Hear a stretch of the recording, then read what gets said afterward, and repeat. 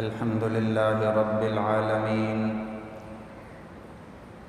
والعاقبة للمتقين والصلاة والسلام على سيد الرسل وخاتم الأنبياء والمرسلين وعلى آله وأصحابه أجمعين. أما بعد، أعوذ بالله من الشيطان الرجيم. بسم الله الرحمن الرحيم. والسابقون الأولون من المهاجرين والأنصار والذين اتبعوهم بإحسان رضي الله عنهم ورضوا عنه.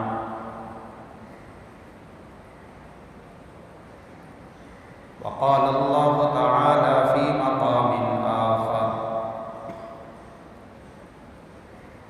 محمد رسول الله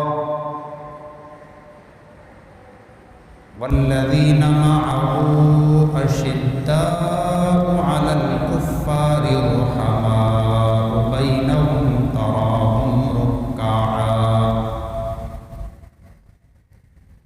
تراهم ركعا سجدا يبتغون فضلا من الله ورضوانا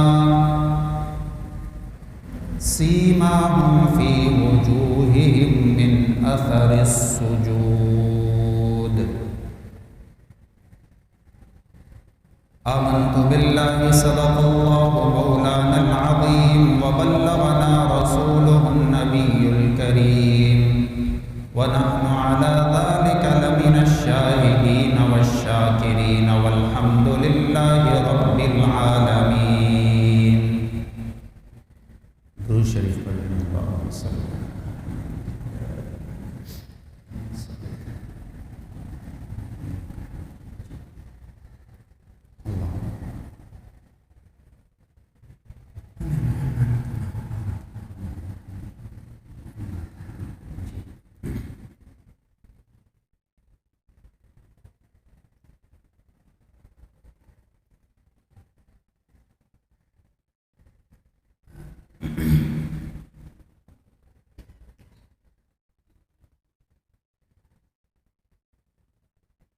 صحابہ اکرام رضوان اللہ علیہم اجمعین کی عظمت اور حرمت پر ہماری بات چل رہی ہے گزشتہ جمعوں سے.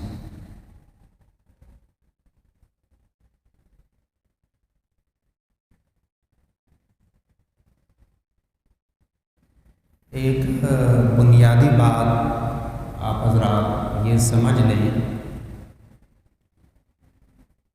اہل سنت والجماعت جس میں سارے فقہ آ جاتے ہیں، سنیوں کے، مسلمانوں کے،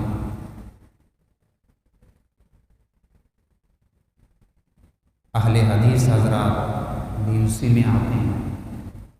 ان کا یہ عقیدہ ہے انبیاء معصوم ہوتے ہیں. آپ نے سنی ہے بات، انبیاء معصوم. انبیاء معصوم ہوتے ہیں، اس کا مطلب کیا ہے؟ گناہ کے ہونے کا امکان ہی نہیں ہے انبیاء سے. عقیدہ ہے. اور انبیاء کے ساتھ جنہوں نے وقت گزارا ایمان کی حالت میں، صحابہ اکرام، ان کے بارے میں اشارۃ النص یعنی قرآن و حدیث سے یہ بات اشارتاً ملتی ہے. صحابہ اکرام محفوظ عن الخطا، انبیاء معصوم ہیں، یعنی بالکل گناہوں سے پاک. جیسے ہم بچوں کو کہتے ہیں معصوم، بچے معصوم ہوں. اسی طرح انبیاء معصوم، صحابہ ان کے بارے میں کیا عقیدہ ہے؟ صحابہ محفوظ عن الخطا۔ کیا مطلب ہے؟ امکان تو ہے غلطیوں کا صحابہ سے، لیکن اللہ نے حفاظت کی ہوئی ہوتی، یعنی بہت کم ایسا ہوا ہو کہ صحابہ سے غلطی ہوئی ہو، صحابہ سے کوئی گناہ ہو، معصوم نہیں ہے لیکن محفوظ ہے۔ محفوظ کیا؟ اللہ نے حفاظت کی صحابہ کی۔ جیسے اب یہ جو دور ہے ہمارا، ہم محفوظ نہیں، ہم فتنے میں۔ صحابہ کا دور ختم ہوا، تابعین تبع تابعین کا دور ختم ہوا، فتنوں کی کثرت ہو گئی اور اب بھی فتنے کثرت کے ساتھ۔ صحابہ کا دور ایسا نہیں تھا، انبیاء معصوم، صحابہ محفوظ۔ اکا دکا غلطیاں ہیں، نظر آئی ہیں، بعض صحابہ سے غلطیاں ہوئیں، اللہ کے نبی نے قرآن و حدیث کی روشنی میں ان پر حد بھی جاری کی۔ ایسی بعض غلطیاں ہوئیں، ان کو سزائیں بھی دی، لیکن عموماً صحابہ سے گناہ نہیں ہوئے، محفوظ رہے۔ امکان تھا، محفوظ رہے، اور نتیجتاً موت کے بعد تو آخرت میں گویا کہ اللہ نے تمام صحابہ کے لیے رضا کا، جنت کا وعدہ کیا۔ یہ ایک عقیدہ۔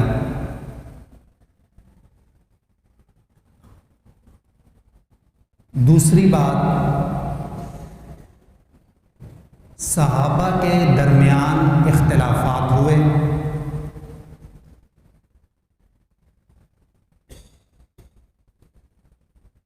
یہ اختلافات ذاتیات کی بنیاد پر نہیں تھے،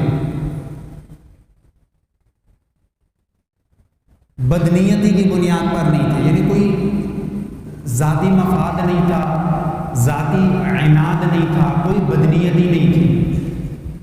اچھا، یہ جو بات ہے یہ صرف اہل سنت کے ہاں نہیں ہے، یہ اہل تشریع میں جو معتدل لوگ ہیں یا ان کی جو معتدل بڑی معروف کتابیں ہیں ان میں بھی اس بات کا ذکر ہے۔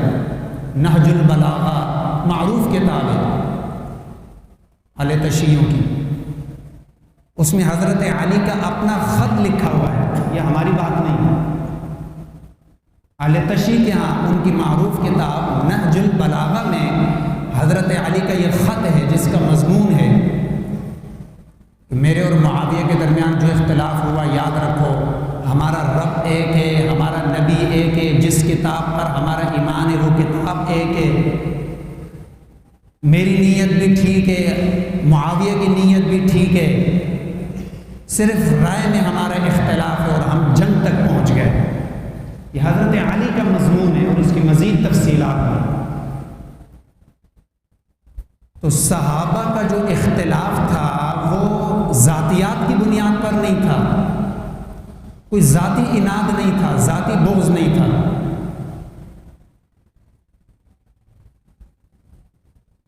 صحابہ کا آپس میں محبت ہے، صحابہ کی ایک دوسرے کے لیے عقیدت تھی، صحابہ کے ایک دوسرے کے لیے احترام تھا۔ اگر ہم کہتے ہیں کہ وہ بات تو چلو ہو گئی جو ہم نے پہلے بیان کر دی کہ صحابہ معاذ اللہ منافق تھے یا اس طرح کی جو بات کی جاتی، اب اگلی بات، اگر ہم یہ بات کہتے ہیں کہ آپس کی دشمنی ذاتیات کی بنیاد پر تھی یا عمارت چھیننے کی بنیاد پر تھی، تو یہ بھی قرآن کے خلاف بات ہے، قرآن کے خلاف بات ہے۔ اللہ قرآن میں فرماتے ہیں محمد الرسول اللہ، معروف آیت ہے، محمد صلی اللہ علیہ وسلم اللہ کے رسول ہیں، والذین معہ، اور جو محمد کے ساتھی ہیں صحابہ، ان کا عقیدہ، ان کی نیت اللہ بیان کر رہے ہیں۔ اشداء علی الکفار، کافروں کے خلاف ان کا موقف سخت ہے۔ رحماء بینہم، آپس میں محبت کرنے والے، یہ اللہ فرما رہے ہیں۔ ہم اگر یہ کہیں کہ آپس کا عناد تھا، اللہ کہہ رہے آپس میں محبت کرنے والے، اللہ کی بات ہم مانیں یا ہم لوگوں کی بات مانیں؟ تو صحابہ کرام کا جو اختلاف تھا یہ ذاتیات کی بنیاد پر نہیں تھا، کوئی ذاتی عناد نہیں تھا۔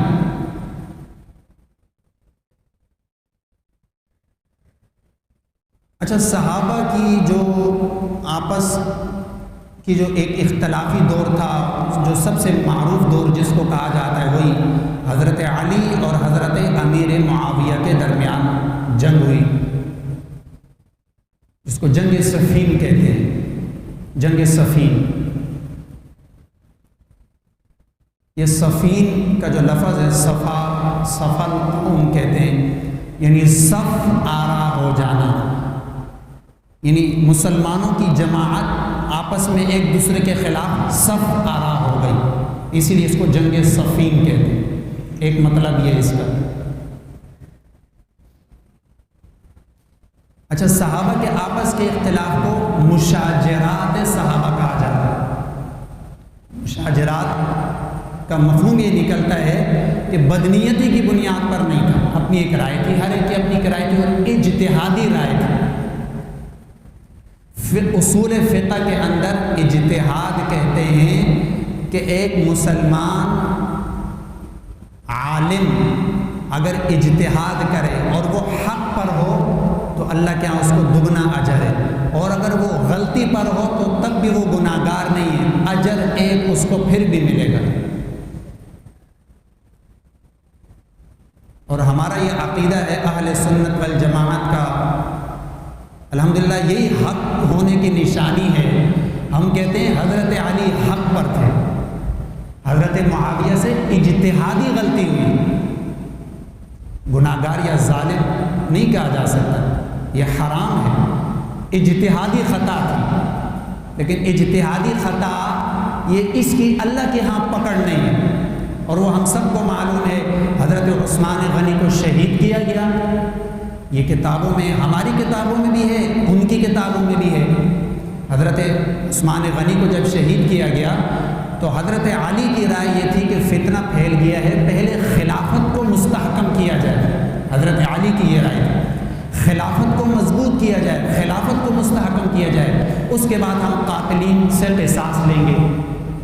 اور حضرت امیر معاویہ کی رائے یہ تھی کہ نہیں، اس طرح تو باقی جو ہے وہ اور شیر ہو جائیں گے، یہ تو اور پھر یہ آج انہوں نے عثمان کو قتل کیا، کل یہ آپ کو قتل کریں گے، پرسوں اور صحابہ کو قتل کریں گے، فتنہ پھیل جائے گا۔ یہ بات اتنی بڑی کہ جنگ تک نوبت پہنچ گئی، اور یہ جنگ صفین جو ہے یہ شام کے دریائے فرات کے کنارے ہوئے، رقہ، آج بھی اس علاقے کا نام رقہ ہے، شام میں ہے، جہاں یہ جنگ صفین ہوئی حضرت علی اور حضرت امیر معاویہ کے درمیان۔ اور یہ حضرت علی خود فرما رہے ہیں، خود اعتراف کر رہے ہیں، کیونکہ ہماری رائے کا اختلاف تھا، کسی کی بدنیتی نہیں تھی۔ اس کی میں آپ کو ایک مثال دیتا ہوں، صحابہ کی مثالوں سے ایک مثال دیتا ہوں، وقت مختصر ہے۔ حضرت ابو ہریرہ یہ لڑتے تھے حضرت علی کی طرف سے، اور جب رات ہو جاتی تو کھانے پہ امیر معاویہ کے دسترخوان پہ چلے جاتے۔ ابو ہریرہ کتنا معروف نام ہے، لڑتے تھے حضرت علی کی طرف سے، اور شام ہوتی جب لڑائی بند ہو جاتی کھانا کھانے چلے جاتے امیر معاویہ کے پاس۔ تو حضرت معاویہ نے پوچھا ابو ہریرہ سے، کیا معاملہ ہے، تم لڑتے علی کی طرف سے ہو، کھانا کھانے میرے پاس آ جاتے ہو؟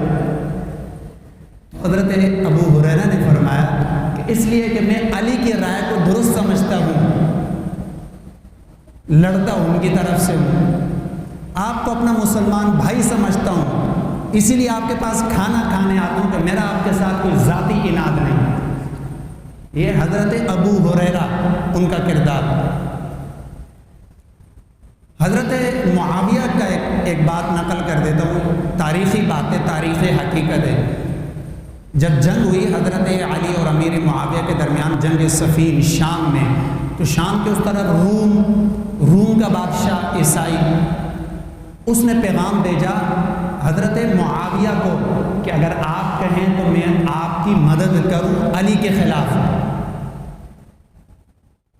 شکست دینے میں آسانی ہو جائے گی، میں آپ کے ساتھ کھڑا ہوتا ہوں۔ یہ ایک تاریخی حقیقت ہے۔ حضرت امیر معاویہ نے جوابی خط لکھا، کتے کی اولاد، یہ الفاظ لکھے حضرت امیر معاویہ نے کہ کتے کی اولاد، اگر تو نے پیش قدمی کی علی کے خلاف تو علی کی طرف سے سب سے پہلا سپاہی امیر معاویہ ہوگا۔ حضرت امیر معاویہ فرما رہے ہیں روم کے عیسائی بادشاہ کو، کتے کی اولاد، اگر تو نے پیش قدمی کی علی کے خلاف تو علی کی طرف سے لڑنے والا سب سے پہلا سپاہی امیر معاویہ ہوگا۔